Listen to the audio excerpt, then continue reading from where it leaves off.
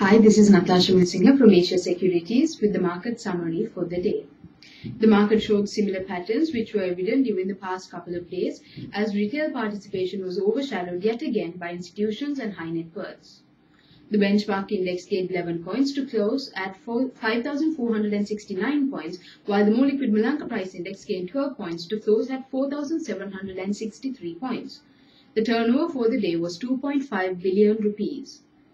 Several deals were witnessed during the day as it has been throughout the week, posting a healthy turnover on board. Off-the-market deals were witnessed in Haley's, LB Finance, Distilleries and Nestle, which amounted to about 80% of the day's turnover.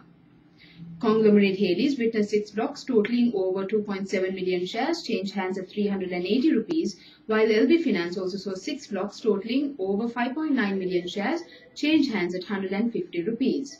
The counters closed at 379 rupees and 90 cents and 140 rupees and 20 cents respectively. Distilleries also managed to pump an impressive amount towards the day's turnover as 2 blocks totaling just over 1.3 million shares changed hands at 137 rupees. Nestle witnessed a block of 25,000 shares change hands at 925 rupees. Retail favorite caps such as Acme and PC House continued to witness profit taking during the day and closed marginally down, while most retailers remained confused about the new automated trading system. Furthermore, volumes were topped by Regnis, Ceylon Merchant Bank non-voting and Panacea Power, while Berwala emerged as a top gainer on thin trade. Now moving on to some business news for the day, Sri Lanka Securities and Exchange Commission is planning to hold an investor awareness campaign in the once conflict-ridden eastern town of Batticaloa. The event titled Investor Day, which is aimed at attracting people to invest in the capital market of the country, will be held on the 3rd of March.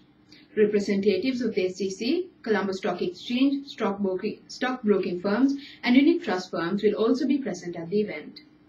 In a filing to the Colombo Board, the board of Berwala Walk-in PLC announced after prolonged negotiations it has received a final settlement payment from its insurance broker to the tune of 104 million rupees for its property damage claims arising out of the losses caused by the tsunami on the 26th of December 2004. Further, the notice said that the final settlement, together with the aggregated earlier settlements of 105 million rupees received from the insurer in 2005 and 2006, resulted in a total final settlement of 209 million rupees from the tsunami claim, and that the company had originally filed a claim of 215 million rupees plus interest.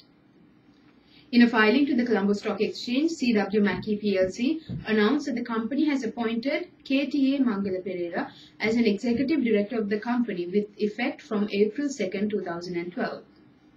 Sri Lanka's consumer prices rose 2.7% in the 12 months to February 2012, easing from 3.8% in January, though the index gained 0.4% in the month, the Department of Census and Statistics said.